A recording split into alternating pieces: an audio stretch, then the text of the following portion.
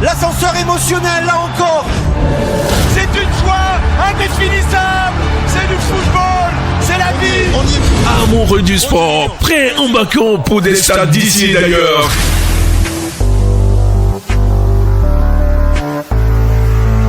Chaque dimanche, de 15h à 17h, rejoignez-nous pour un marathon palpitant de tous les sports. Vous y êtes. Des exploits et des performances extraordinaires. La voilà, la sensation. Des analyses pointues, des interviews exclusives et une ambiance sportive garantie du jamais vu. Ne manquez pas ce rendez-vous incontournable sur Radio Afrique Santé. Radio Afrique Santé.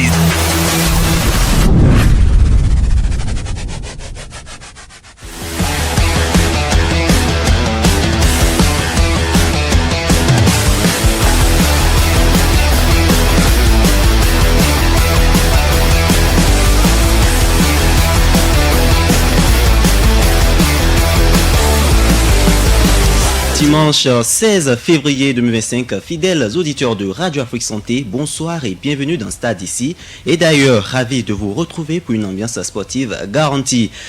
Moucharaf Ousmane et Najib Soumane, deux chroniqueurs qui viennent toujours avec moi ici pour débattre des sujets importants. J'espère que vous allez bien. Super Samuel, bonsoir à tous nos amis de la Radio Afrique Santé. Najib, j'espère que ça va également de votre côté. Ouais, je pète la forme et j'espère aussi ceux qui nous suivent vont très bien de l'autre côté. Big up à tous. Merci à vous. Alors, avant de rentrer dans le vif du sujet, on passe en musique d'abord.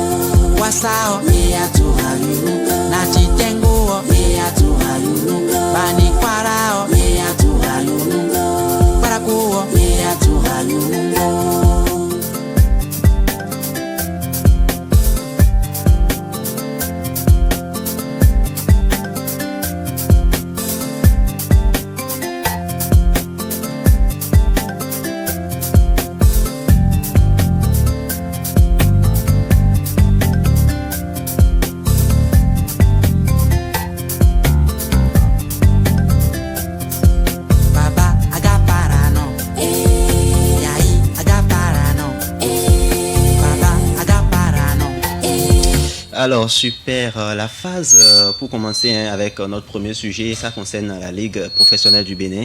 La phase retour de la saison 2024-2025 de la Ligue professionnelle de football du Bénin a débuté hier samedi 15 février 2025. Après une trêve de 25 jours, les clubs ont repris la compétition avec enthousiasme, prêts à en découdre pour les places d'honneur. Alors, je vais vous donner déjà les matchs qui auront lieu aujourd'hui. Il y a au niveau du pool A, il y a Abeille FC et Beke FC au stade de Tchaoro qui vont s'affronter. Il y a Beora FC et Takune FC au stade de Bembereke.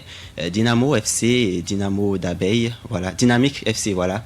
Et contre Dynamo d'Abeille, d'Abomey. Dynamique FC, voilà, je reprends Dynamique FC contre Dynamo d'Abomey au stade Achoukoumang, voilà, de Djougou. Et il y a Dynamo aussi de Parakou contre Espoir FC au stade de Parakou, voilà, qui vont s'affronter. Il y a Tonnerre aussi, Tonnerre FC contre Dagé FC au stade de Boycon. Déjà, ma première question, est-ce que ces matchs-là auront lieu à 16h? Oui. Déjà, dites-nous, est-ce que vous pouvez nous rappeler rapidement le classement? Najbouva. Voilà, à la fin de la phase aller, nous avons dans la poule A US Cavalier qui mène le haut du pavé avec 34 points. Derrière, nous avons Dynamo d'Abomey et ensuite il y a Dagé qui finit 3e. Après, il y a Damis en 4e position et l'équipe surprise de la saison Panthère. On se rappelle, l'année passée, voilà, ils avaient galéré à finir dans les équipes de la Super League. Voilà, ils ont fini en Ligue Pro. Et voilà, cette saison, ils sont 5e. C'est un énorme progrès. Et dans la poule B, le top 5, c'est Dragon qui est en première place avec 32 points. Après, il y a l'US Craqué, l'équipe promue cette saison. Aïma vient en 3e position avec 29 points. AS Sobimap, 4e avec 29 points. Et Coton FC qui finit, voilà, avec 27 points. Super, merci Nadjibou. Alors, Moucharaf, je reviens vers vous pour vous demander quelles sont les équipes qui sont fortement attendues selon vous. Oui, déjà, on a eu un bis repetita dans la poule B de ce qui s'était passé à l'issue du premier acte de la Ligue Pro, ou du moins de la Super Ligue Pro en 2023-2024 avec Dragon qui a terminé champion et de la première moitié de saison. Aujourd'hui, avec ce nouveau format du championnat, on a vu que l'équipe de Wemenu a à nouveau récidivé. Bon, ce n'était pas une grosse surprise, mais ce n'était pas donné d'avance parce que d'autres écuries étaient du moins annoncées dans cette zone, notamment le triple champion en titre, Coton Football Club. On n'oublie pas également certaines formations, bien évidemment, comme si je ne me trompe, l'AS Sobimap qui a réussi à dépiocher un certain Mathias Deguenon depuis l'Autopopo et avec accompagné de recrutement Insincel. Et beaucoup d'attentes ont été nourries de cette partie du. Et qui a fait un travail remarquable. Et qui a fait un travail remarquable, oui, jusque-là, parce que bon, jusque-là, il est dans le peloton de tête, mais c'est pas encore ça, parce que n'eût été que ce ne soit la phase aller, c'est la phase retour, il passe à la trappe. On sait tous bien qu'avec ce nouveau format, c'est le premier seulement qui sera appelé à représenter sa zone pour jouer le titre. Donc, pour cette phase retour, de grosses attentes reposent sur les épaules de Sobimap, également de Coton FC, parce que quand vous êtes le leader incontesté sur ces 3 dernières années, c'est que vous êtes attendu pour marcher sur tout ce qui bouge. Maintenant, sur les 17 rencontres, on a joué 17, il en reste 17. Là, cette semaine, c'est la 18e journée. Coton FC, du haut de sa 5e place, va essayer rapidement de mettre le pied dans le plat pour engranger le maximum de points et ça démarre maintenant. Qui va jouer avec GA Ketou, oui, la Jacques qui a enregistré de nombreuses arrivées lors de cette trêve, si je peux m'exprimer ainsi, hivernale. On a vu beaucoup d'autres joueurs, notamment des rescapés de la jeunesse sportive de Ouida, se retrouver de ce côté-là en prêt après le litige qui les a vu être sanctionné, même rétrogradé en communion avec l'Union sportive de Glého United. Donc beaucoup d'attentes dans cette poule B. Maintenant, rapidement dans la poule A, l'Union sportive des Cavaliers de Niki, qu'on appelle Cavalier, a terminé en tête, a surpris plus d'un en terminant en tête. Bon, c'est une bonne note pour cette formation encadrée par le technicien nigérien Maurice Gueye. Maintenant, on espère que ça va continuer comme ça parce que Cavalier, c'est une équipe qui séduit depuis 3 saisons. C'est une équipe qui, si vous regardez, ne descend jamais du top 10. A de la constance, c'est vrai. Après, en fin de saison, ça chute. Mais avec ce rythme-là, venir surpasser Dadja FC qui avait déjà carrément joué toutes les cartes du leadership. Sans oublier Dynamo d'Abomey, ça reste à encourager. Maintenant, il va falloir capitaliser pour aller chercher loin. Super. Voilà, Alors, quand même, dans la poule, là, il y a aussi des déceptions. Hein. Il faut le souligner. On a par exemple les Buffles FC du Borgou qui sont 11e au classement après la phase aller. Loto qui est 9e, Espoir de Savalou qui est 3e. Voilà, c'est des grosses écuries des surprises. Hein, oui, merci à Nadib Ousmane de l'avoir rappelé. En parlant des Buffles du Borgou, c'est vraiment regrettable ce qu'on a pu voir durant cette première partie de saison, s'il me le permet rapidement. Durant, je vais dire, ce acte 1, les Buffles, c'est 8 buts marqués, 8 buts encaissés. Donc, vous imaginez que c'est vraiment carrément pas de consistance en termes d'efficacité. C'est vrai, l'équipe encadrée par dorénavant Hubin Honfort a été la meilleure défense. Défensivement, ça, c'est solide. Nabil Yarou, Mouizou, Shafi Sidi, c'est bien. Mais offensivement, ça ne marque pas. Si vous vous imaginez que sur un total de 17 matchs, vous marquez 8 buts, alors que vous êtes appelé Buffle du Borgou, 5 fois champion du Bénin.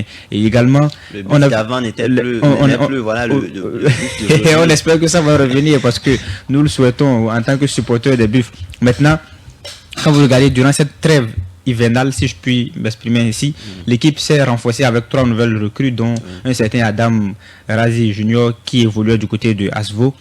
Et cette équipe a réussi à jouer 2 matchs amicaux durant cette phase de préparation, 2 matchs amicaux soldés par 2 victoires, notamment un 3-0 contre la JSP et aussi un 2-1 contre la jeunesse athlétique de Kétou. Ça leur fait 5 buts marqués en 2 matchs.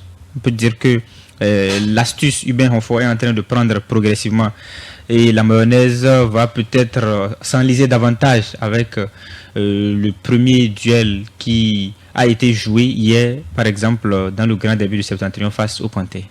Super. Alors, Nadjibou, est-ce que vous avez le classement des buteurs là avec vous actuellement? Oui, je fais la passe à oui,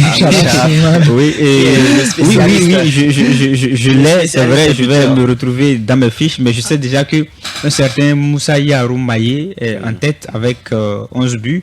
Il est suivi rapidement, je vais chercher dans mes fiches, mais déjà je peux peut-être faire la passe de Ivan Nadji pour nous parler de ce joueur, de nous donner son appréciation, en attendant que je me retrouve dans mon top 5, parce que j'ai fait le top 5 des classements des buteurs, et j'ai même ajouté 2 noms, donc je vais vous sortir 7 tout à l'heure, je suis en train de chercher. Voilà. Oui. Bon, en attendant le classement des buteurs, Nadjib, selon vous, la hiérarchie peut-elle être bousculée pour cette... Oui, rien n'est encore joué. Quand on regarde le classement, par exemple, dans la poule A, le premier a 34 points, le deuxième a 33 points, le troisième 31, le quatrième 29, le quatrième 30, le cinquième 29 points. Donc, il n'y a pas un grand écart entre les 5 premiers. Et c'est aussi pareil dans la poule B. Donc, à un faux pas, l'hiérarchie peut être bousculée et tout est à refaire dans le classement. Tant que ce n'est pas encore fini, il reste encore 17 journées à jouer. Donc, on croise les doigts, on va voir ce qui va se passer par la suite de la saison. Voilà, et je me suis retrouvé un peu dans mes fiches. Il faut dire que à l'issue de la phase aller, c'est bien évidemment Moussa Yarou Maye qui est en tête avec 11 buts, le natif de Kandi, passé par les Buffles du Borgou et également Beke Football Club de Bembereke, marqué à 11 reprises. Il est suivi d'un certain Didier Chabi qui évolue au Cavalier de Niki, un très bon joueur, efficacement en tout cas, même si son départ du côté de la Turquie dans un passé récent ne s'est pas avéré ou du moins se conclut fructueux. On espère qu'il va pouvoir rebondir dans un temps très court. Il faut rappeler qu'il a toujours été le meilleur buteur des Cavaliers de Niki. Oui, après le départ de Faiz Oukpara en 2019. Voilà. Et donc Didier Chabi, 8 buts, qui suit Moussa Yarou Maye, 11 buts. En 3e position, on a un certain Hospice Ahomadebe qui évoluait du côté de Aziza FC. Aujourd'hui, Hospice, il a signé à Loto Popo et on espère qu'il va continuer de faire parler ses talents ou du moins sa qualité offensive. Au poste de 4e position, on a un certain Mathias Ada qui joue à Dynamo d'Abomey. Il a 7 buts et un certain Adei Promesse avec 7 buts complète ce top 5. Ce top 5, je vais le dire, il n'est pas exhaustif parce qu'il y a beaucoup d'autres joueurs qui ont marqué 7 buts, notamment Blaise Selassie, l'attaquant de Dadia FC. Et on n'oublie pas aussi Cheikh Ibra, l'attaquant sénégalais de Lotto, qui compte 6 buts. Également, plusieurs autres joueurs ont marqué 6 buts. Alors super, on va quitter la Ligue Pro pour parler de nos Amazones du Bénin qui sont en train de préparer leur match contre la Sierra Leone du côté du Togo, voilà, qui va se jouer du côté du Togo. Déjà, je vais vous demander en quelques minutes comment vous analysez cette rencontre des Amazones contre la Sierra Leone. Najib. Voilà, du point de vue d'abord de la préparation, je pense qu'on est en retard par rapport à la Sierra Leone qui déjà ont entamé des séances de préparation avant nous. Et tout dernièrement, ils ont eu même la visite du capitaine de l'équipe A des hommes, voilà, qui a rendu visite aux dames pour les galvaniser, peut-être pour essayer de leur remonter la morale, voilà, de les inciter à aller chercher la qualification pour passer au prochain tour. Et dit que chez nous, on a commencé le rassemblement tout dernièrement et c'était même pas un stage de préparation, mais plutôt un stage de présélection. Ça veut dire déjà qu'on n'a pas une idée de l'équipe qu'on veut avoir, des joueuses qu'on veut avoir dans l'effectif pour aller affronter la Sierra Leone, alors que la compétition se joue dans la semaine prochaine, le jeudi, si je ne me trompe pas. Voilà, déjà du point de vue de la préparation, il y a un retard. Mais après ça, la sélection n'est pas encore officielle, il n'y a pas encore eu de joueuses retenues officiellement, mais on vient d'apprendre qu'il y a la sélection des joueuses qui jouent à l'extérieur à l'image de Yolande Yami. Voilà, elle a fini meilleure buteuse de la saison passée de son club de l'autre côté du Maroc. On a aussi Aude Beyissi, qui a fini meilleure buteuse de la Ligue 2 française féminine.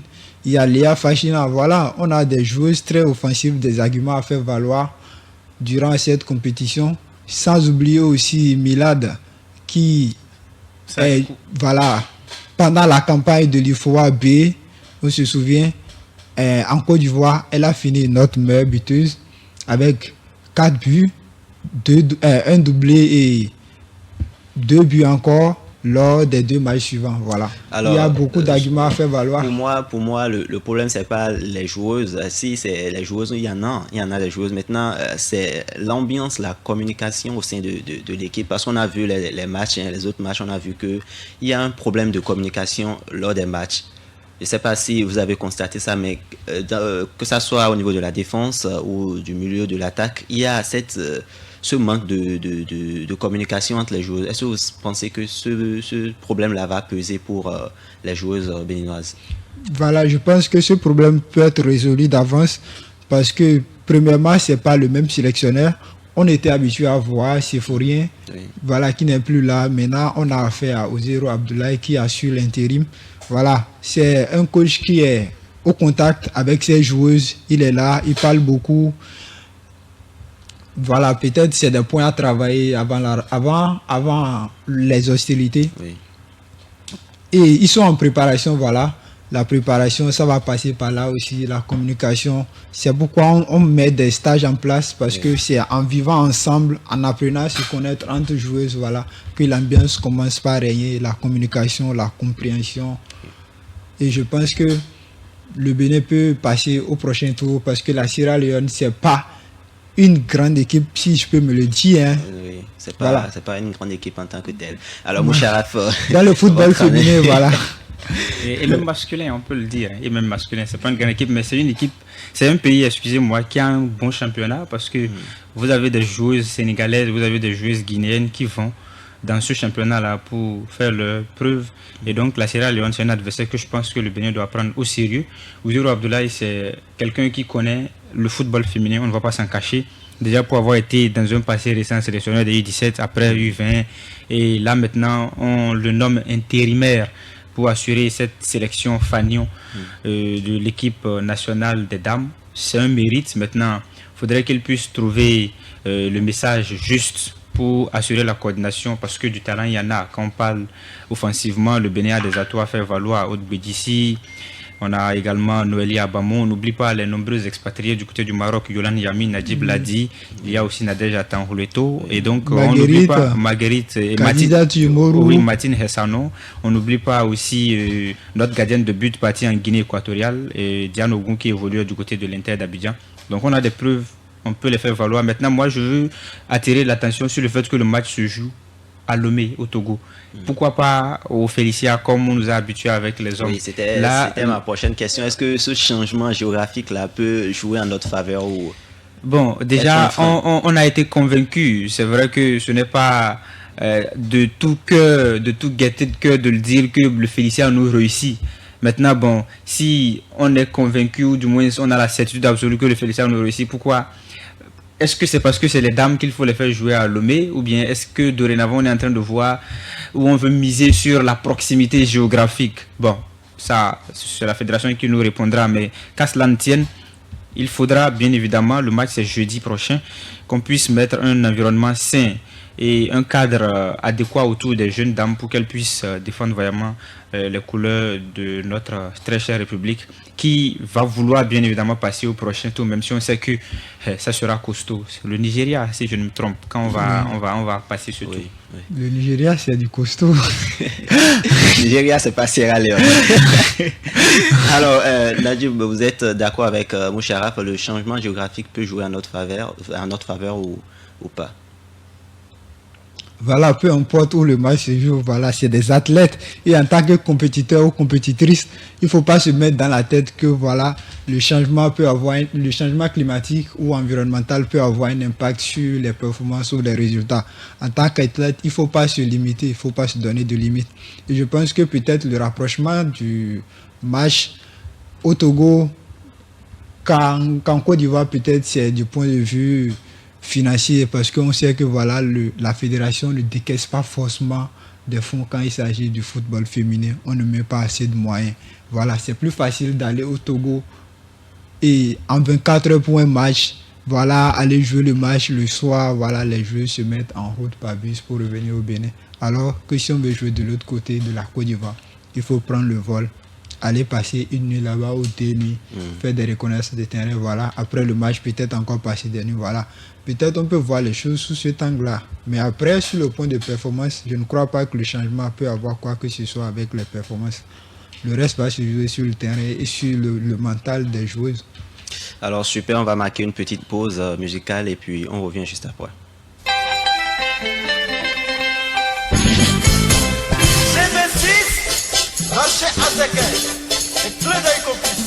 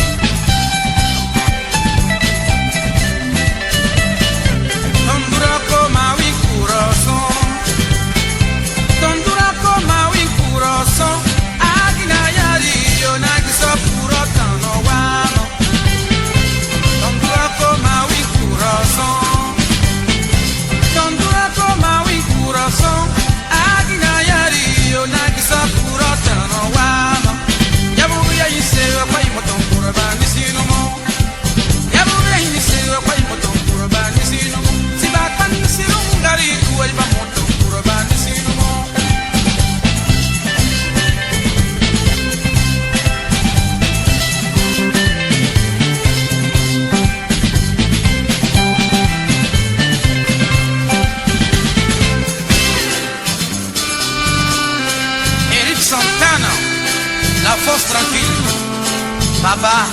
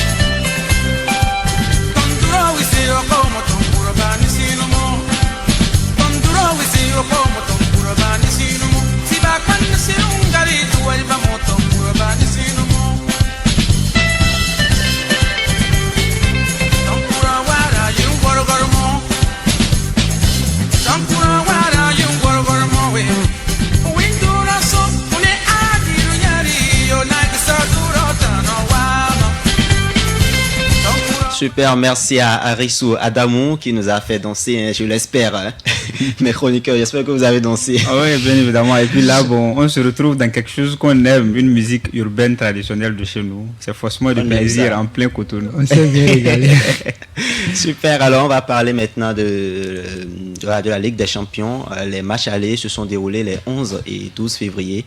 Voilà, le Paris Saint-Germain a pris une sérieuse option en s'imposant 3-0 sur le terrain de Brest. De son côté, le Real Madrid a remporté une victoire importante, 3-2 face à Manchester City à l'Etihad Stadium, 3-0 pour le Borussia Dortmund qui a largement dominé le Sporting. Alors ma première question que je vais poser à Moucharaf, quelle équipe semble la mieux placée après les matchs allés des huitièmes de finale? Déjà, on va démarrer par votre dernier match cité, le Borussia Dortmund qui a fait un hold-up du côté du Portugal. C'est pas un hold-up, c'est une top performance. Hein. C'est carrément un pied en demi-finale, sinon, excusez-moi, en huitième de finale, sinon les 2 pieds en huitième de finale, avec notamment un but et une passe de l'international guinéen Serhou Guirassy.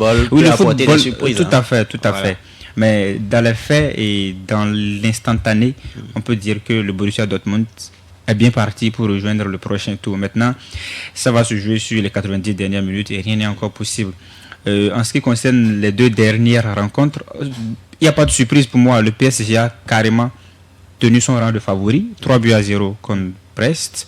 C'est le contraire qui nous aurait étonné. Déjà qu'il y a 3 semaines plus tôt, cette même formation parisienne avait battu cette équipe des Pirates 5-2 en championnat, Najib, si je ne dis pas de bêtises. Oui, et donc c'est bis repetita, c'est carrément une confirmation de leur suprématie.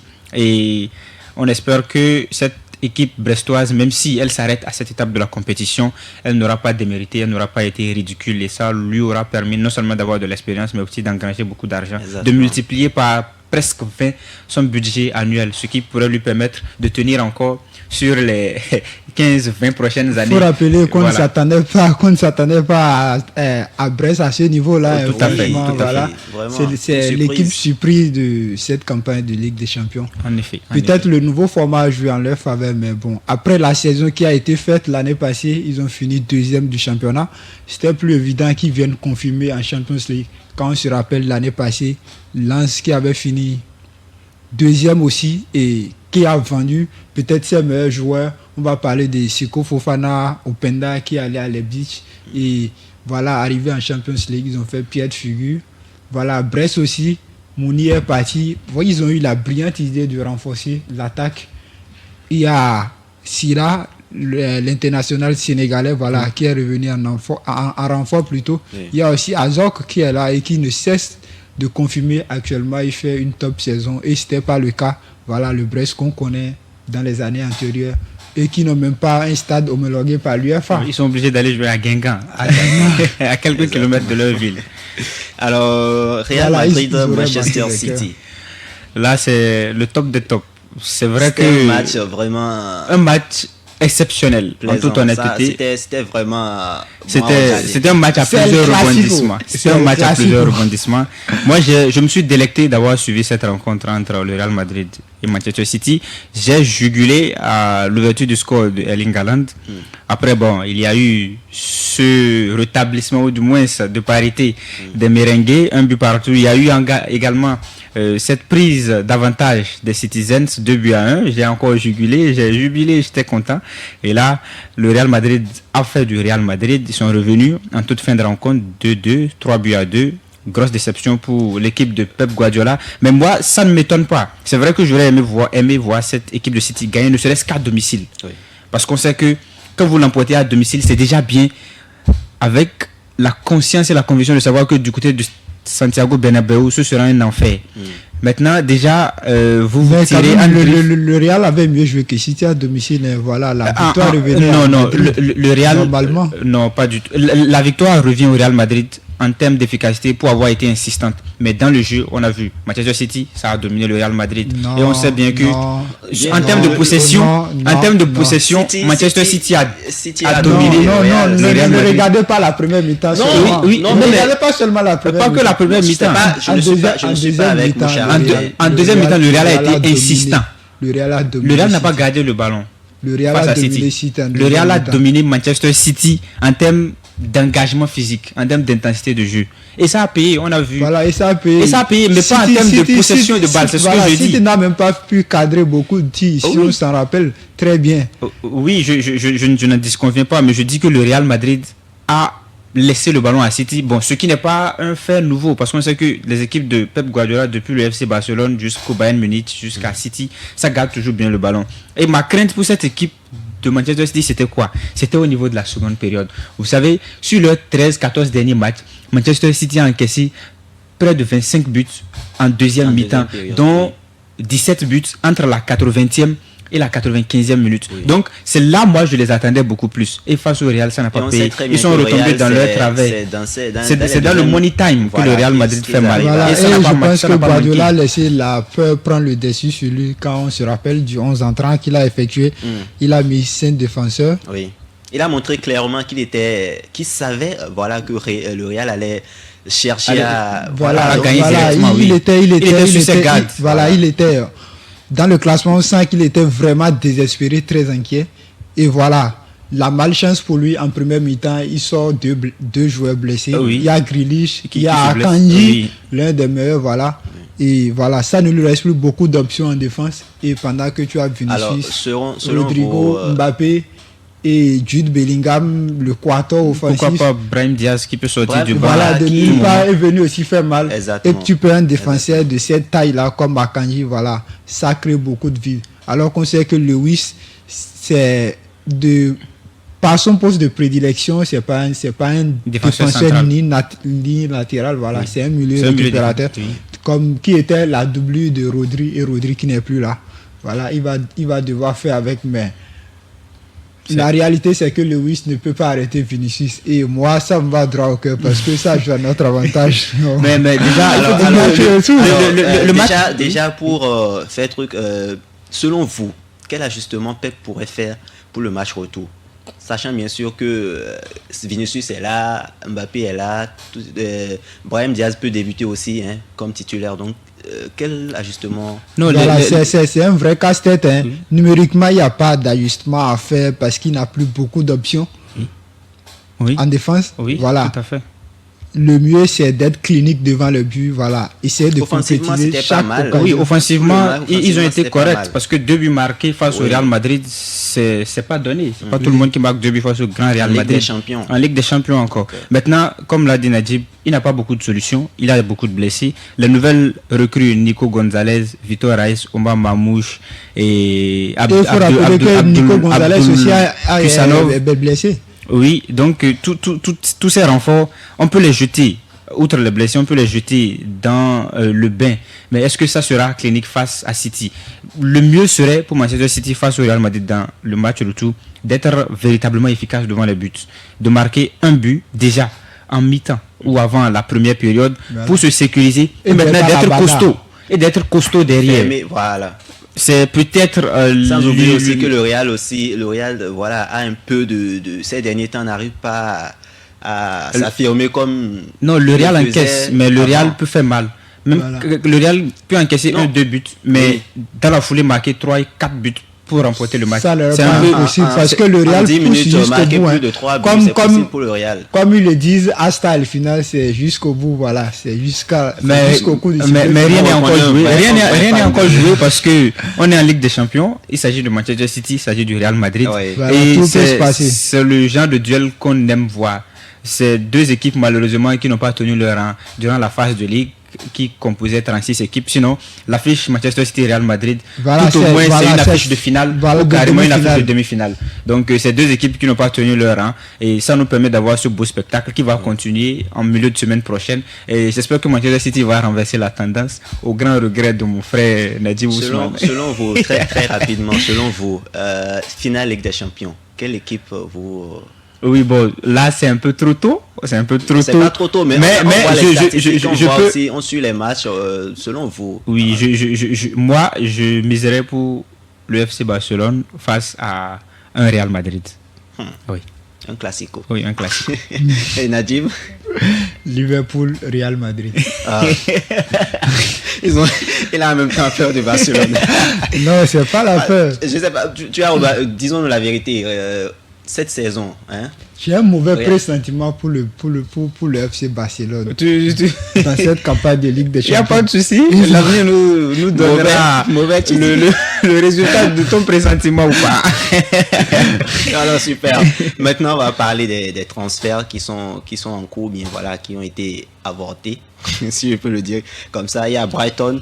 Le club a refusé une offre de 115 millions de livres sterling de la part de Al Nassr pour l'ailier japonais Kaoru Mitoma. Alors, je vais poser une question très rapidement à Najib. Le refus de Brighton de vendre Mitoma à Al Nassr pour 115 millions de livres indique-t-il une nouvelle tendance des clubs européens à résister aux offres des équipes saoudiennes? Oui, je peux le dire ainsi, mais c'est en fait une sorte de protection. Parce que on se rappelle, voilà, la plupart le disent, hein, que l'Arabie Saoudite tue le football. Voilà.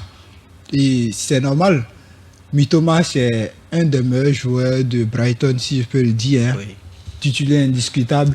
Voilà, il sait dribbler, il sait apporter du danger, que ce soit face à City, face à Très Chelsea. rapide. Et il faut le reconnaître, hein, il a le niveau pour jouer dans le top 4 des équipes de la Première Ligue. Voilà, le vendre comme ça à Al Nassr alors qu'il est encore très jeune, il peut encore apporter, il peut encore jouer. Voilà. C'est En un peu- Europe, c'est une sorte de protection pour sa carrière et pour le bien du joueur lui-même. Parce que voilà, Toni Kroos aussi, voilà, il avait été sifflé pendant la Super Coupe l'année passée. Oui. En Arabie Saoudite pour avoir pris position, voilà, quant au transfert du joueur Ruben Neves qui a signé à Al Hilal. Et Toni Kroos a joué ça trop tôt et que c'est du cachis, voilà, c'est contre le football. L'Arabie Saoudite tue le football. Et Et la y a- plupart le pensent, hein. Et il y a Di Maria qui a posté récemment qui disait qu'il était courtisé par voilà, des clubs équipes saoudiens. voilà, saoudiennes. Et il disait qu'ils lui ont proposé de l'argent et avec sa femme, voilà, ils ont décidé de ne pas accepter mais de proposer une autre somme plus élevée. Et quand ils ont proposé ça, bizarrement, le club a accepté. Et eux, ils se disaient que voilà, Oui, quand on va leur proposer ça, oui, ils vont grosse offre, refuser. oui. Voilà, ils vont refuser parce que c'était trop. Mais bizarrement, ils ont accepté. Et ils disaient, ironiquement, ils disaient que sa femme lui a dit comment ils vont payer tout ça. Oui, c'est Comment ils vont payer tout ça? symptomatique des pétrodollars, des milliards de Voilà. pétrodollars qu'ont ces nations. Vous voyez, quand par exemple un club comme Al Hilal propose à Vinicius Junior 200 millions d'euros Oui. par an sur 5 ans, donc ça lui fera 1 milliard d'euros à gagner sur 5 ans. C'est extrêmement C'est fou. énorme. C'est énorme. Maintenant, c'est vrai, si on est à vide d'argent, ça pourrait faire réfléchir. Ça pourrait tenter. Mais Voilà. si on joue pour des challenges, si on joue pour Le malheur des le autres côté fait le bonheur sportif, des autres. Hein. on peut se permettre. Il a accepté, il a on signé peut à se Al permettre Nassr. de faire un break d'abord et de procrastiner son départ en Saudi Pro League après ses 30 ans. Mais pour moi, tout joueur qui part en Saudi Pro League et signe un contrat de plus de 2 ans avant ses 30 ans, c'est qu'il a fait le choix financier. Ça, c'est mon choix, c'est ma vision, c'est ma conviction personnelle.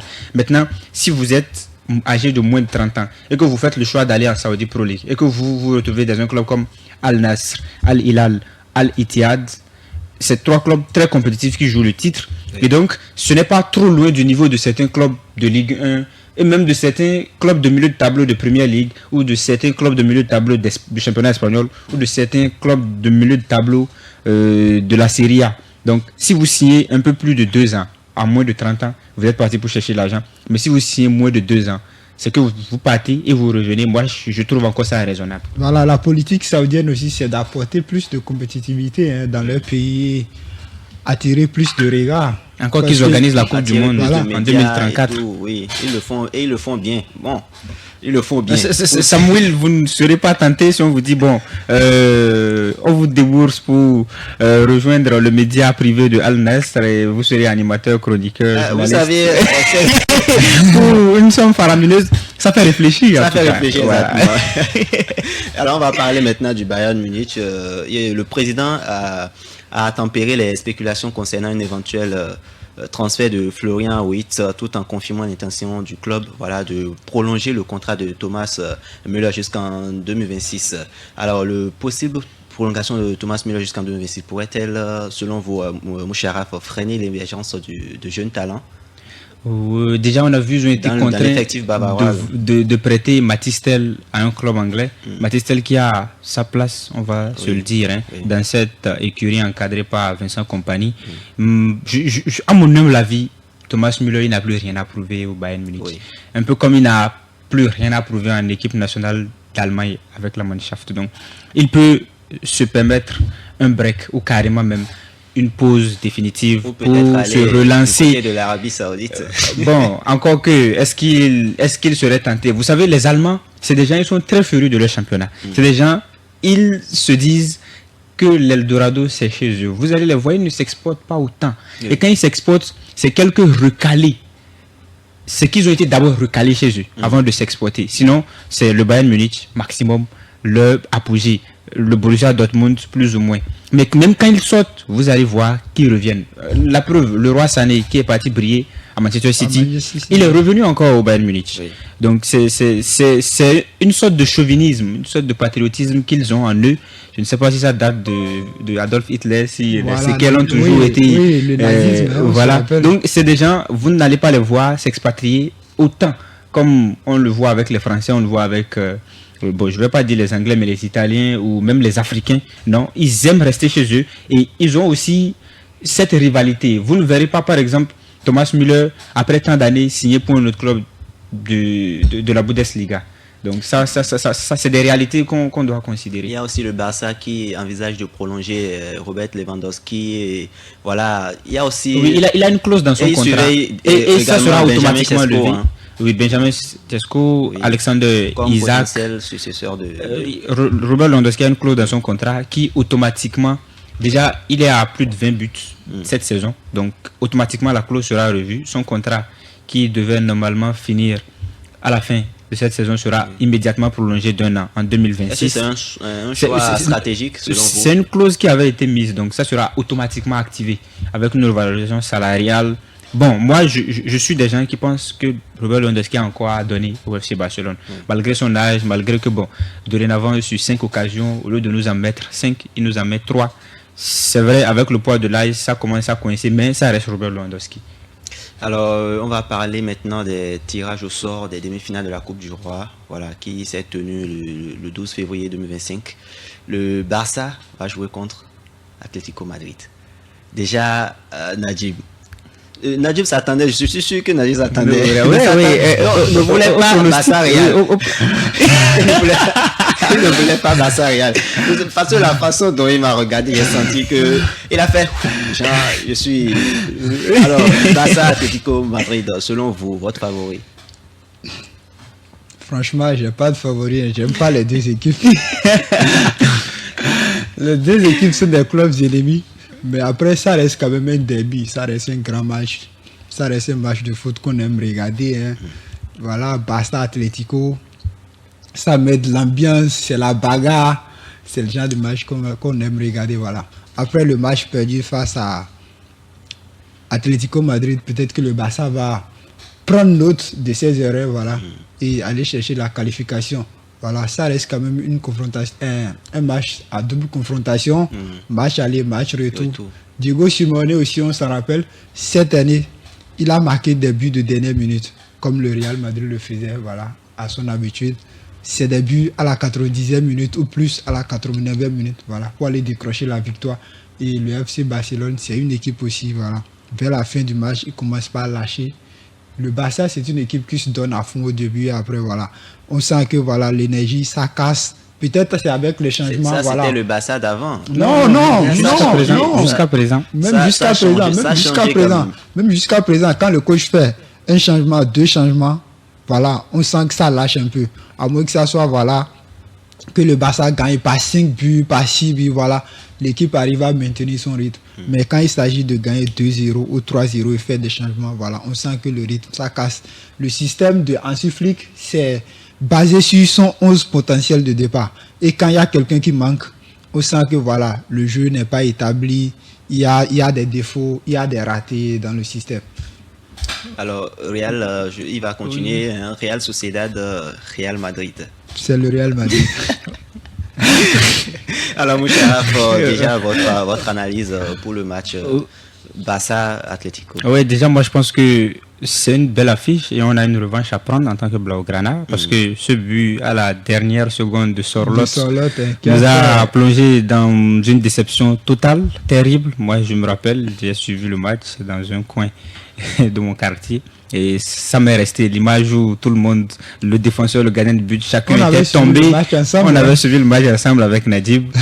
Tout le monde était tombé, on était abattu alors qu'on menait 1-0 même depuis la première période et qu'on s'est permis le mauvais luxe de vendanger plusieurs occasions. Maintenant, on se croise en demi-finale de la Coupe du Roi, excusez. C'est bien, c'est une bonne nouvelle. Ça va nous permettre de prendre notre revanche si on reste discipliné, si on fait preuve d'efficacité devant les buts, parce que les occasions de l'FC Barcelone réussit à s'en créer à tous les matchs face à n'importe quel adversaire. Maintenant, il faudra de la lucidité pour mettre pratiquement tout au fond si possible. Voilà. Maintenant, Real Sociedad de Real Madrid. Je pencherais pour la Real Sociedad, même si je pense que ça sera compliqué, ça sera une mission presque impossible parce que vous savez, c'est un aller-retour. Déjà dès cette demi-finale, c'est un aller-retour. Et la Real Sociedad va d'abord recevoir le géant merengue avant de se déplacer. Si cette équipe Riverde réussit à marquer un gros coup, laisse pas ton fanatisme pour le Barcelone un gros coup à l'aller. Je pense que elle peut gérer ou essayer de gérer lors du match retour, mais ça reste véritablement une mission impossible. Et voilà. Ça va être suivi par que ce soit les supporters madrilènes et bien même nous les supporters de rivaux mais barcelonais. Alors c'est sur ces mots, voilà, on va marquer une petite pause qui va nous permettre, voilà, de déboucher sur les rubriques le carton.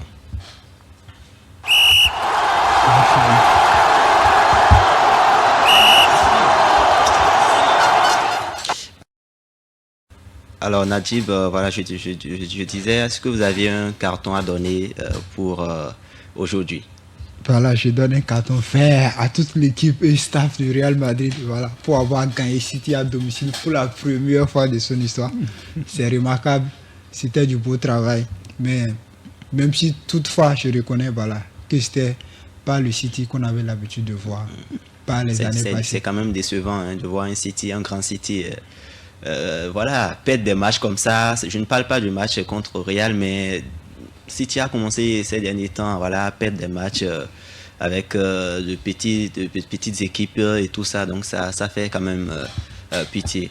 Alors, Moucharaf, votre carton? Oui, moi mon carton, il est déjà fait pour encourager les Amazones qui vont du moins affronter la Sierra Leone jeudi prochain au stade de Kégué à Lomé.